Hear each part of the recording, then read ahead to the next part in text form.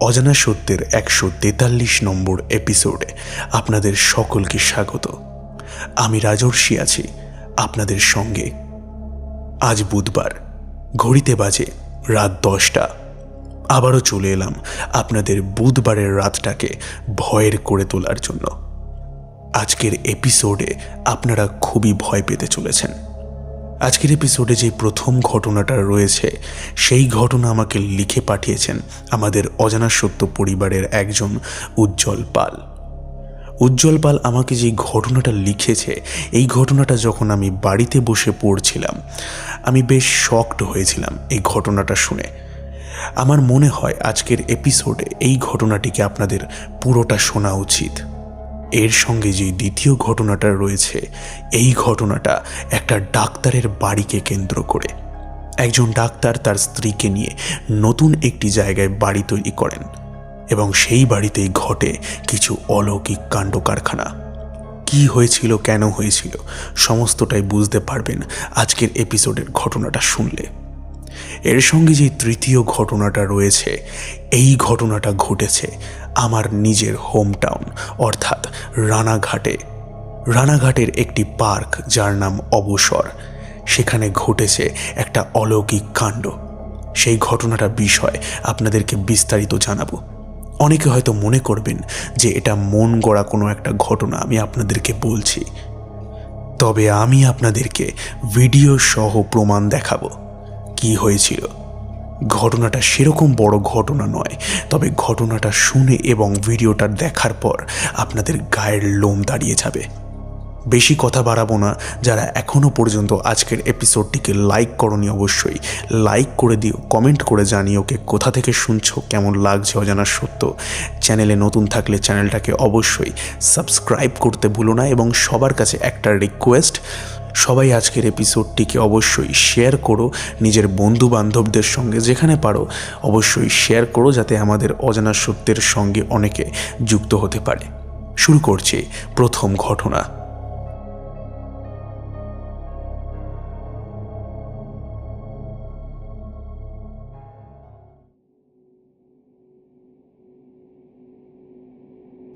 কেমন আছো দাদা? আমি উজ্জ্বল পাল।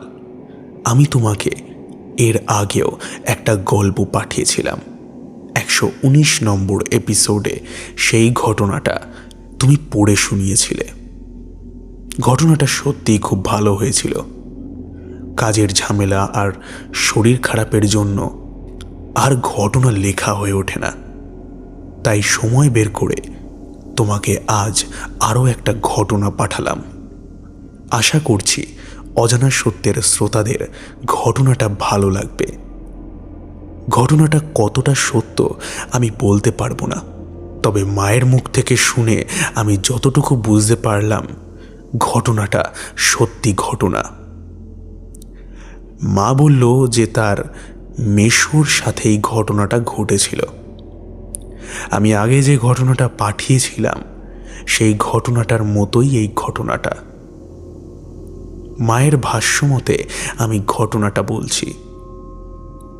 ঘটনাটা বাংলাদেশের অনেক পুরনো সময়ের একটি ঘটনা। সেই সময় বাংলাদেশে কোনো রকমের আলো বা ইলেকট্রিক ব্যবস্থা ছিল না। সন্ধ্যা নামলেই চারিদিকে অন্ধকার হয়ে যেত, কোথাও কিছু দেখা যেত না। তো আমার মায়ের যিনি মেসো ছিলেন, তার ভাষ্যমতে যেখানে আমাদের বাড়ি ছিল, বাড়ির পাশেই একটা বড় বিল ছিল। সেই বিলে অনেক মাছ চাষ করা হতো। তো গ্রামে আমার অনেক বন্ধু বান্ধব ছিল, তাদের সাথে ফাঁকা সময় আমরা বিলে গিয়ে মাছ ধরতাম। কখনো কখনো সন্ধ্যাবেলায় যেতাম, আবার কখনো কখনো রাত্রিবেলায় যেতাম। তো এইরকমই এক রাতে আমি একটু তাড়াতাড়ি ঘুমিয়ে পড়েছিলাম। রাতে তখন কটা বাজে আমার খেয়াল নেই। সেই রাত্রিবেলা আমার বাথরুমে যাওয়ার খুব প্রয়োজন হয়ে ওঠে। তো আমি চটজলদি ঘুম থেকে উঠে পড়ি আর পাশে বউকে না জানিয়ে আমি বাথরুমে যাই। যেহেতু সেই সময় কারোর বাড়িতে শৌচাগার থাকতো না, তাই বাড়ি থেকে দূরে পুকুর বা বিলের ধারে সহজেই বাথরুম করা যেত। যেহেতু আমার অনেক জোরে বাথরুম পেয়ে গেছিল, আমি সেই সময় রাত্রিবেলা কোনো কিছু না দেখেই ওই বিলের ধারে চলে যাই আর নিজের বাথরুম সারতে থাকি। হঠাৎ আমি দেখতে পাই বিলের বাঁধে 4-5 জন আবছা মূর্তি দাঁড়িয়ে রয়েছে। অন্ধকারে পরিষ্কার করে দেখা যাচ্ছিল না, তবে এইটুকু দেখতে পারছিলাম সেখানে 4 থেকে 5 জন দাঁড়িয়ে রয়েছে। তারা একদম জলের ধারে বসে মাছ ধরছে। আমি ভাবলাম যে তারা হয়তো আমার সেই বন্ধুরা, রাতের অন্ধকারে মাছ ধরছে বিল থেকে। হঠাৎ তারা আমাকে দেখতে পেয়ে যায়। আমাকে দেখার পর তারা আমাকে বলে ওঠে, এই মাছ ধরবি না? আমরা তো মাছ ধরছি, আয় আমাদের সঙ্গে আয়, তুই তো আমাদের সঙ্গেই থাকিস। আমি একটু ইতস্তত বোধ করি এবং বলে উঠি যে না, তোরা মাছ ধর, আমি একটু ব্যস্ত আছি। আরও একটা কথা, আমি দূর থেকেই দেখতে পাচ্ছিলাম যে ওদের মধ্যে একজন জলের মধ্যে হাত ঢুকিয়ে একবারেই অনেকগুলো করে মাছ তুলে নিচ্ছে। তো এই ব্যাপারটা দেখে আমি একদম চমকে যাই। এটা কিভাবে সম্ভব? আমার বন্ধুরা তো এইভাবে মাছ ধরে না। এই ভাবতে ভাবতেই হঠাৎ আবার একটা ডাক আসে। ওদের মধ্যে কেউ একজন বলে ওঠে, কই রে, আসলি না তো? আয় আমাদের কাছে, মাছ ধরবি তো? এইবারে তাদের গলার আওয়াজটা শুনে আমার টনক নড়ে ওঠে। আমি বুঝতে পারি যে কিছু একটা হয়েছে। এরা কারা যে আমাকে ডাকছে মাছ ধরার জন্য? এরা তো আমার বন্ধুরা না। আমার বোঝা হয়ে গেল এরা আমার বন্ধু না। আমি ভয় পেয়ে যাই যে এটা আমি কাদের পাল্লায় পড়লাম। এদের কাছে গেলে তো আমি আর বাড়ি ফিরতে পারবো না। তো আমি মনে সাহস রেখে ভয় না পেয়ে আমার কাজটা সারতে থাকি। আমার কাজ হয়ে যাওয়ার পর আমি বিল থেকে জল নিয়ে পরিষ্কার করতে থাকি। এমন সময় ওরা শেষবারের মতো আমাকে ডাকে। এইবারে গলার আওয়াজটা আরো ভয়ানক হয়ে ওঠে, তুই তো আসছিস না, তোকে এতবার ডাকছি, আয়। আমি ওদেরকে বলি হাতের কাজটা শেষ হলে আমি আসছি। আমি হাতের কাজটা শেষ করতে থাকি। আমার মনে তখনও ভয়ের বাসা এত পরিমাণে বেঁধেছে যে আমি কি করব বুঝে উঠতে পারছি না। আমি এইটুকু বুঝতে পারলাম যে আমাকে এখান থেকে পালাতে হবে এক্ষুনি, না হলে আমি আর বাঁচব না। আমার জলটা যেই শেষ হয়ে যায় আমি তৎক্ষণাৎ লাফ দিয়ে উঠি আর গায়ের জোরে দৌড়ে পালাতে থাকি। কিন্তু পালানোর সময় পেছন থেকে ওই 4-5 জনের হাসির আওয়াজ ভেসে আসে। এর সঙ্গে কিছু কথাও ভেসে আসে। হাসতে হাসতে তারা বলতে থাকে, দৌড়ে পালিয়ে গেলি, যদি একবার আমাদের কাছে আসতিস তোকে এখানেই কেড়ে রাখতাম। অনেকদিন ধরে তোকে দেখছিলাম, তুই এইবারের মতো বেঁচে গেলি, যা পালিয়ে যা, যা। আমি পেছনের কথা না শুনে না দেখে এক দৌড়ে ঘরের চৌকাঠে এসে পড়ি আর জোরে চিল্লাতে থাকি, বাঁচাও বাঁচাও করে। আমার আওয়াজ শুনে ঘর থেকে আমার বউ বেরিয়ে আসে আর পাশের ঘর থেকে আমার আত্মীয় স্বজন বেরিয়ে আসে আর আমাকে ঘরের ভেতরে নিয়ে যায়। তবে আমি পুরোপুরি সেন্সলেস হয়ে পড়ি। তারপরের দুপুরবেলা আমার জ্ঞান ফেরে। আমার জ্ঞান ফেরার পর আমি সবাইকে ঘটনাটা বলি। ওরা সবাই আমার কথা শুনে হাসতে থাকে। তারপর আমার বাড়ির লোক আমাকে তান্ত্রিকের কাছে নিয়ে যায়। তারা ঝাড়ফুঁক করে আমাকে এবং আমি প্রায় 2 মাস ঘরে পড়ে গিয়েছিলাম। 2 মাস পর আমি সুস্থ হই, তারপর সব কিছু স্বাভাবিক হয়। দাদা, এই ছিল আমার ঘটনা, আমার মায়ের মুখ থেকে শোনা একটি ভয়াবহ ঘটনা, যেটা আমার মায়ের মেশোর সঙ্গে হয়েছিল। আমি বলতে পারবো না ঘটনাটা কতটা সত্যি কতটা মিথ্যে, কিন্তু ঘটনাটা আশা করছি সত্যিই ছিল। আমি অজানা সত্যের শ্রোতাদের কাছ থেকে জানতে চাই ঘটনাটা কতটা ভয়াবহ লাগলো তোমাদের। আর দাদা, ঘটনাতে কোনো ভুল ত্রুটি হয়ে গেলে তুমি একটু শুধরে নিও। আশা করছি ঘটনাটা তুমি অজানা সত্যে শোনাবে। আমি তোমাদের উজ্জ্বল পাল। সবাই ভালো থেকো, তুমিও ভালো থেকো রাজর্ষিদা।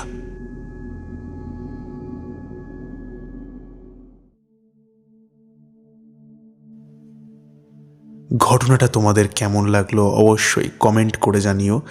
আশা করছি ঘটনাটা তোমাদের ভালো লেগেছে। এই ঘটনাটা যখন আমি বাড়িতে বসে পড়ছিলাম, আমি একটু শকড ছিলাম যে ওই বিলের ধারে ওই 4-5 জন কারা ছিল যারা মাছ ধরছিল। এর আগের এপিসোডে আমরা একটা ঘটনা শুনিয়েছিলাম, যেখানে আমরা দেখেছিলাম যে একটি জিন বিল থেকে মাছ তুলে তুলে খাচ্ছিল। তাহলে ওই 4 জন কারা ছিল? কোনো জিন ছিল নাকি কোনো অতৃপ্ত আত্মা? আপনারা অবশ্যই কমেন্ট করে লিখে জানান। তোমরাও যদি আমাকে ঘটনা পাঠাতে চাও, তার জন্য আমাকে মেল করতে পারো অজানাসত্য15@gmail.com। এই মেল আইডিতে ঘটনাটাকে লিখে পাঠাতে পারো। এছাড়াও আমাদের একটি ফেসবুক পেজ রয়েছে অজানা সত্য নামে, সেখানে তোমরা আমাকে মেসেজের মাধ্যমে ঘটনা লিখে পাঠিয়ে দিতে পারো। তোমাদের ঘটনাও আমাদের অজানা সত্যে অবশ্যই শোনানো হবে। ডেসক্রিপশন বক্সের প্রথমেই ঘটনা পাঠানোর সমস্ত রকম পদ্ধতি তোমরা পেয়ে যাবে। তাই তোমাদের কাছে যদি কোনো ঘটনা শোনা থাকে অথবা তোমাদের সঙ্গে যদি কোনো ঘটনা ঘটে থাকে, সেই ঘটনা আমাদেরকে লিখে পাঠাতে একদমই ভুলো না। তো চলে যাব আজকের এপিসোডের দ্বিতীয় ঘটনায়। শুরু হচ্ছে দ্বিতীয় ঘটনা।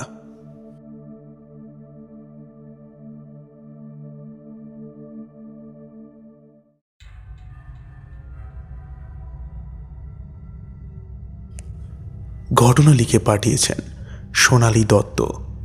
তিনি যেরকম করে লিখেছেন আমি সেরকম করে পড়ে শোনাচ্ছি। নমস্কার দাদা, আমি সোনালী দত্ত। আমি অনেক দিন ধরে তোমাকে ঘটনা লিখব ভাবছি, তবে লিখে পাঠানো হয় না। আজ সময় করে ঘটনা লিখলাম। আমি তোমার একজন অন্ধভক্ত। আজ যে ঘটনাটা লিখছি এটা আমার মায়ের সঙ্গে ঘটেছে। যেমনটা শুনেছি তেমনটা বলছি। আমার মায়ের বাড়ি এবং আমার বাবার বাড়ি আগে ছিল বঙ্কিমনগরে। বাবা মা তখন একে অপরকে ভালোবাসতেন। বাবা যেহেতু ডাক্তারি নিয়ে পড়াশুনো করছিলেন, তাই বাবা পরে ডাক্তার হয়ে গেলে মায়ের বাড়িতে বিয়ের প্রস্তাব জানায় এবং আমার বাবা মা দুজনে বিয়ে করে নেন। বঙ্কিমনগর থেকে বাবার কাজের জায়গায় যাতায়াতে অসুবিধা হতো, তাই আমার বাবা মা অন্য আরেকটা জায়গায় শিফট হয়ে যায়। বিশেষ কারণে জায়গাটার নাম নিচ্ছি না, কারণ এটা আমার হোম টাউন। এরপর আমাদের নতুন বাড়ি তৈরি হয়। আমার মা বাবা সেই বাড়িতে একাই থাকতেন। তখন আমি জন্মাইনি। আমার বাবা সকালবেলা বেরোতেন এবং রাতের বেলায় ফিরতেন। আমার মা সারাদিন বাড়িতে একা থাকতেন, কাজকর্ম করতেন, রান্নাবান্না করতেন। এইবার একটু এলাকার বর্ণনা দিয়ে দিই। যে নতুন বাড়িটা তৈরি করা হয়েছিল, সেই বাড়িটি তৈরি হয়েছিল একটি বড় মাঠের ওপর। এলাকাটায় একটা বড় মাঠ, তার ঠিক কোণায় আমাদের বাড়ি, সামনে মাঠ, তারপর একটা বড় বেল গাছ, তারপর ছোট গলির ভেতর দিয়ে রাস্তা। প্রথম প্রথম সব কিছুই ঠিক চলছিল। তবে ধীরে ধীরে পরিস্থিতির বদল ঘটতে থাকে। ঘরের মধ্যে মাঝে মধ্যেই দরজা লক হয়ে যেত, কাচের গ্লাস মাটিতে পড়ে ভেঙে যেত, দেওয়াল থেকে কখনো কখনো ফটোগুলো মাটিতে পড়ে ভেঙে যেত। তো এমনই একদিন আমার মা ঘরে খাটে শুয়ে টিভি দেখছে। তখন দুপুরবেলা। খাটের পাশে রয়েছে সোফা এবং সেই সোফার পাশে রয়েছে সেই ঘরে ঢোকার মেন দরজা। হঠাৎ আমার মা শুনতে পায় আমাদের বাড়ির মেন গেট কে যেন খুলল। মা মনে করে হয়তো বাবা এসেছে, কিন্তু আমার মা যা দেখতে পায় তা দেখে প্রচণ্ড পরিমাণে অবাক হয়। আমার মা দেখে একটা বাচ্চা মেয়ে পিঠে একটা ব্যাগ নিয়ে আর তার সঙ্গে আর একটা বাচ্চা ছেলে দুজনে ঘরে ঢুকে সোফায় বসে কান্নাকাটি শুরু করে দিল। আমার মা খাট থেকে নামবার জন্য সাইড হয়ে খাট থেকে নেমে যখন পেছনের সোফার দিকে তাকান, আমার মায়ের পায়ের তলা থেকে মাটি সরে যায়। আমার মা দেখে সেই দুটো বাচ্চা নিমেষের মধ্যেই গায়েব, কেউ কোথাও নেই। আমার মা সারা বাড়ি তন্ন তন্ন করে খোঁজেন, এমনকি বাইরের দিকেও যান, তবে সেই বাচ্চা দুটোকে দেখতে পান না। বাড়িতে বাবা এলে বাবাকে সমস্ত ঘটনা জানানো হয়। তারপর বাবা একজন পুরোহিতকে বাড়িতে ডাকেন এবং তিনি বলেন, আমরা যেই জায়গায় বাড়ি করেছি এই জায়গায় আগে একটা কবরস্থান ছিল, যার কারণে এখানে অনেক রকমের অতৃপ্ত আত্মা ঘোরাফেরা করছে। আর আমরা এটাও খবর পাই 1 সপ্তাহ আগে এখানে দুটো বাচ্চাকে খুন করে ফেলে দিয়ে যাওয়া হয়েছিল। পুরোহিত মশাইয়ের কাছ থেকে উপায় জিজ্ঞেস করলে তিনি বলেন বাড়িতে একটা বড় করে কালী পুজো করতে। তারপর আমাদের বাড়িতে বড় করে কালী পুজো হয় এবং ধীরে ধীরে সবকিছু ঠিক হয়ে যায়। তারপরেই আমি জন্ম নিই এবং ধীরে ধীরে আমার মা বাবা আমাকে বড় করে তোলে। এখন আমি ক্লাস 12-এ পড়ি। এখন আমার পড়াশুনো চলছে, সঙ্গে তোমার অজানা সত্য পরিবারের সঙ্গেও যুক্ত রয়েছি। বেশ ভালো লাগে ঘটনাগুলো। আশা করছি আমার এই ঘটনাটাও সিলেক্ট করা হবে। ভালো থেকো রাজর্ষিদা, আরও এগিয়ে চলো। অজানা সত্যের সঙ্গে আমি সবসময় ছিলাম, আছি এবং থাকব। ধন্যবাদ।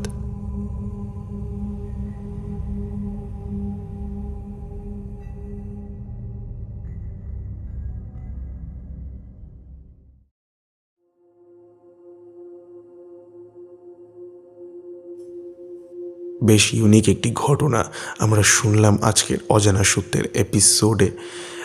এমন এমন ঘটনা আমরা অজানা সত্যে শুনেছি যেই সব ঘটনার কোনো রকম আমরা ব্যাখ্যা খুঁজে পাইনি। যেমন এই ঘটনাটাই দেখুন, সেই দুটো বাচ্চা ঘরের মধ্যে এসে সোফায় বসে কান্নাকাটি করছিল। খাট থেকে নেমে পেছনে ঘুরে দেখতেই দেখা গেল সেখানে কেউ ছিল না। একটি অলৌকিক ব্যাপার যার কোনো রকম ব্যাখ্যা নেই। দারুণ লাগলো ঘটনাটা। চলে যাব এবার তৃতীয় ঘটনায়।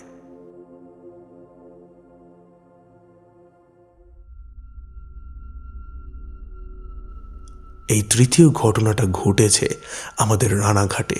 আমাদের রানাঘাটে একটি পার্ক রয়েছে, যেই পার্কের নাম হচ্ছে অবসর। এই পার্কটা বেশিরভাগ সময় খোলাই থাকে। আর পার্কটা এমনই একটা জায়গায় যেখানে জনবসতি খুবই কম। সত্যি বলতে গেলে এই ভূত প্রেত এরা এমন এমন জায়গায় থাকতে চেষ্টা করে যেই সব জায়গায় মানুষজন বেশি থাকে না, আর থাকলেও সেই জায়গায় মানুষজনের বেশি যাতায়াত হয় না। সেই সব এলাকায় ভূতেরা থাকতে পছন্দ করে। অবসর নামের এই পার্কটা তেমনই একটি জায়গায়। রাত হলে সেখান দিয়ে সেরকম খুব একটা লোক যাতায়াত করে না। এমনকি সেই পার্কে সন্ধ্যা হলে 6 থেকে 7 জনের বেশি দেখা যায় না। ঘটনাটা ঘটেছে আজ থেকে প্রায় 4 দিন আগে। একটি ছেলে এই ভিডিওটা করেছে অবসর পার্কের বাইরে দাঁড়িয়ে। সেখানে দেখা যাচ্ছে পার্কের গেটে তালা মারা এবং কোনো রকম হাওয়া চলছে না। তবে সেই গেট থেকে সামনে তাকালে দেখা যাচ্ছে দুটো দোলনা একই স্পিডে ঝুলছে। বারবার মনে হচ্ছে কেউ যেন সেই দোলনায় ধাক্কা দিচ্ছে। এর থেকে বেশি কিছু বলবো না, আপনারা ভিডিওটা দেখুন।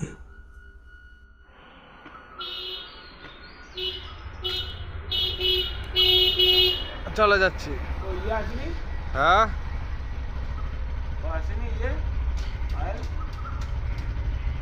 ওই ছেলে আছে ভেসে ঘুমাচ্ছে। হ্যাঁ হ্যাঁ হ্যাঁ, ওটা একা একা ঝুলছে কেন? ওটা ওরকম অনেকক্ষণ ধরে এসছি, একই স্পিডে ঝুলছে, একই স্পিডে কিন্তু ঝুলছে। হ্যাঁ, কেউ নেই আশেপাশে।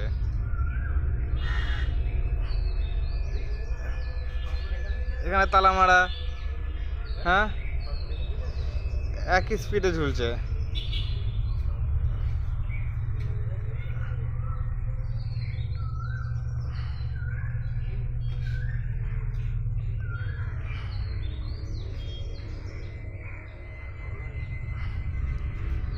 হাওয়ার তো কোনো ব্যাপার নেই, হাওয়া সেরকম দিচ্ছে না। তাহলে এইভাবে একই স্পিড কমছে না, উল্টো মনে হচ্ছে কেউ একটা দোলা দিচ্ছে।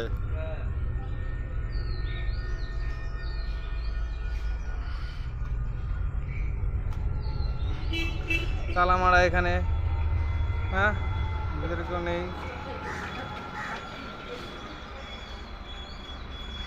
কেউ নেই, এই দাদারা আর আমি দাঁড়িয়ে আছি।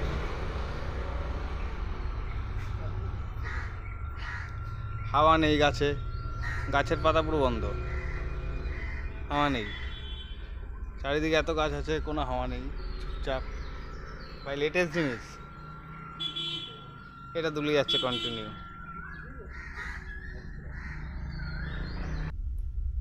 দেখলেন ভিডিওটা? এবার আপনারা আপনাদের মতামত জানান। কি মনে হলো? এই ভিডিওটা কি আসলেই ফেক ভিডিও, নাকি সত্যি সেই অবসর পার্কে কিছু অশরীরীরা বাস করে? কমেন্ট করে লিখে জানান। আমাদের অজানা সত্যে এই প্রথমবার আমি প্রুফ দিয়ে আপনাদেরকে একটা ঘটনা শোনালাম। এবার বিশ্বাস করা অথবা না করাটা সম্পূর্ণটাই আপনার ওপরে। আশা করছি আজকের এপিসোডের 3টে ঘটনা তোমাদের পছন্দ হয়েছে। চলে যাচ্ছি আজকের এপিসোডের শাউট আউট পর্বে। কমেন্ট করেছেন উজ্জ্বল পাল, কমেন্ট করেছেন অলিভিয়া মল্লিক, কমেন্ট করেছেন শোভন অধিকারী, অনুভব মাহাতো, চুমকি ঘোষ, কমেন্ট করেছেন অমিত ভট্টাচার্য, বিশ্বজিৎ দাস, কমেন্ট করেছেন দেবাশিস জানা, স্বপ্না বজাল, তানিয়া মল্লিক, পল্লবী চক্রবর্তী, মঞ্জু, কমেন্ট করেছেন বাপন কুমার। আমাদের সঙ্গে রয়েছেন গীতা গোস্বাম, কমেন্ট করেছেন সৌমদীপ সরকার, কমেন্ট করেছেন একে এ স্টার মাল্টিমিডিয়া। সকলকে অসংখ্য পরিমাণে ধন্যবাদ কমেন্ট করবার জন্য। আশা করছি আজকের এপিসোডটা আপনাদেরকে ভয় পাইয়েছে। ভয় যদি পেয়ে থাকেন অবশ্যই এপিসোডটিকে লাইক করুন, চ্যানেলটিকে সাবস্ক্রাইব করুন এবং সকলের সঙ্গে আজকের এপিসোডটিকে শেয়ার করতে একদমই ভুলবেন না। আজকের এপিসোড এখানেই শেষ হচ্ছে। দেখা হবে 144 নম্বর এপিসোডে। ততক্ষণের জন্য stay happy and stay safe এবং যুক্ত থাকুন আমাদের অজানা সত্যের সঙ্গে, কারণ অজানা সত্য মানেই রহস্যের এক অন্য দুনিয়া।